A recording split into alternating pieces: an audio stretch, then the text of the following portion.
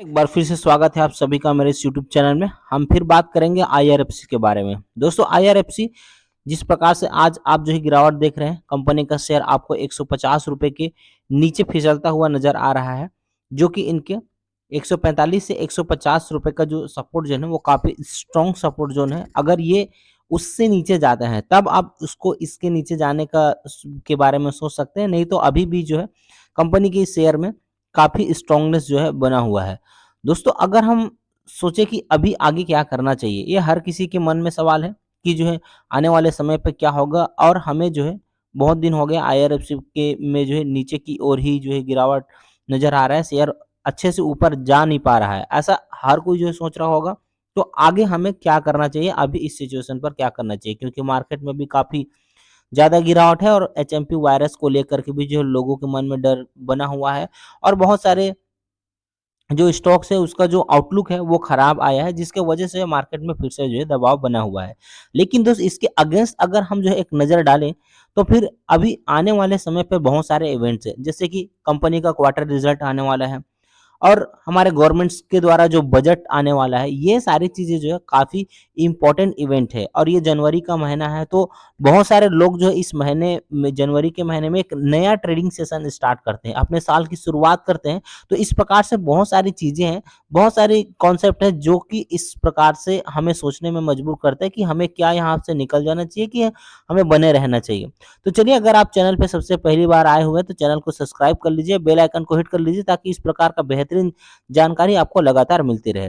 तो दोस्तों आईआरएफसी की अगर हम बात करें, तो आईआरएफसी अभी जो है अपने सपोर्ट जोन के आसपास ट्रेड कर रहा है 145 से 150 के बीच में। दोस्तों अभी अगर हम थोड़ा सा पीछे जा करके देखेंगे, तो कंपनी का शेयर काफी बेहतरीन तरीके से आगे की ओर जाने का प्रयास कर रहा था। काफी अच्छा अच्छा जो है न्यूज भी था कंपनी से रिलेटेड, इनके रिलेटेड, क्योंकि रेलवे इंफ्रास्ट्रक्चर से रिलेटेड जितने भी प्रोजेक्ट्स हैं उनको फाइनेंस करने का जो काम है, वो सभी प्रोजेक्ट को जो है आईआरएफसी फाइनेंस करने का काम करता है।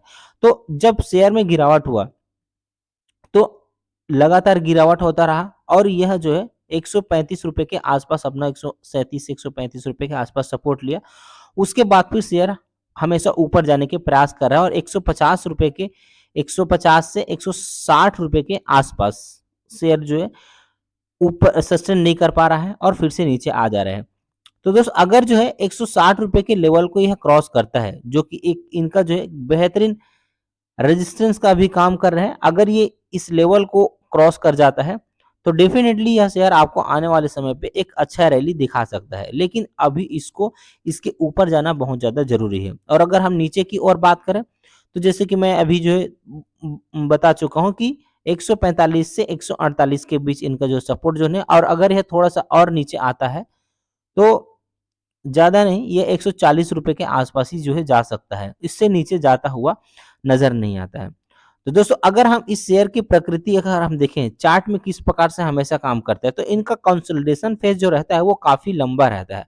आप चार्ट की हिस्ट्री में आप देख सकते हैं, यहाँ पर भी शेयर बहुत देर तक जो है सस्टेन किया, कंसोलिडेशन फेज में रहा। अगर आप जो है नज़र डालेंगे यहाँ पर, तो ये 5वां महीने 2023 की अगर हम बात करते हैं, यहाँ से लेकर के ये कंसोलिडेशन फेज में रहा पूरा 5वां, 6वां, 7वां और 8वां महीने तक, 8वां महीने के आसपास 8वां महीने पर जो है कंपनी का शेयर ऊपर जाना चालू हुआ और बेहतरीन तरीके से ऊपर गया। उसके बाद फिर जो है यह शेयर जो है आपको 37 रुपए के भाव से 50 रुपए के भाव को आसानी से टच किया। उसके बाद फिर से वहां पे कंसोलिडेशन किया। फिर उस कंसोलिडेशन फेज के बाद कंपनी का शेयर फिर से जो है आपको एक बेहतरीन फेज में दिखाई दिया और लगभग 80-85 रुपए के आसपास जो है ट्रेड किया। अब ये 50 रुपए से 80 रुपए जाने के बाद फिर से एक लंबा कंसोलिडेशन रहा इनका। उसके बाद फिर से अगर हम देखेंगे ये कंसोलिडेशन कितने समय तक का रहा, तो ये 9वां महीने 2023 से लेकर के ये पूरे का पूरे जो है उस साल को खा गया। 12वां महीने तक खा गया, मतलब 9, 10, 11, 12, 4 महीने तक का जो है कंसोलिडेशन फेज रहा। तो अगर यहाँ पर आपको इस ऐसे सिचुएशन में आपको पेशेंस नहीं रहेगा, तो आप बेच करके निकल जाएंगे और फिर से किसी दूसरे शेयर का तलाश करेंगे। लेकिन आप लंबे समय के लिए निवेश करेंगे तो डेफिनेटली यही चीज आपको फिर से एक बेहतरीन रिटर्न देखने को मिलेगा। फिर दिसंबर के बाद जो है जनवरी के जो 2024 का जो पहला महीना है जनवरी के मंथ पे कंपनी का शेयर जो है वही फिर से ऊपर की ओर जाता है और यहाँ पर कंसोलिडेशन करने लग जाता है। आप देखेंगे कि अगर ये कंसोलिडेशन फेज कब तक का था, तो यहाँ पर भी आप पाएंगे कि जब दिसंबर को के बाद जो है, दिसंबर के बाद जब ये शेयर ऊपर आया यहाँ पर 8 दिसंबर के बाद जब ये ऊपर आया तो यह जो है 74 रुपए के आसपास कंसोलिडेशन कर रहा था, 74 से रुपए से लेकर के 80 रुपए के आसपास। उसके बाद फिर यह 100 रुपए के लेवल पर गया और 100 रुपए के बाद फिर से कंसोलिडेशन किया। ये कंसोलिडेशन इनका जो है जनवरी से लेकर के लगभग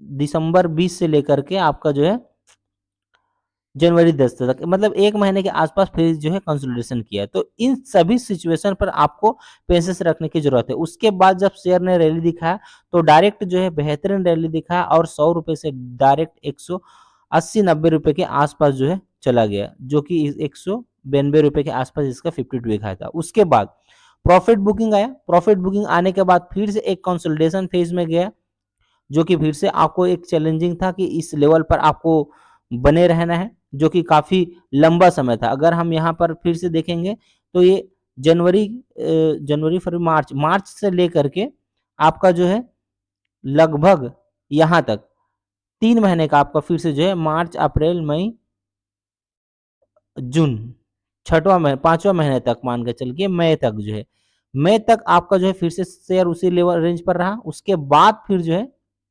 आपने फिर जो 52 वीक हाई का जो लेवल था उसको क्रॉस किया, फिर उस 52 वीक हाई के लेवल पे जाके फिर से एक कंसोलिडेशन फेज से गुजरा।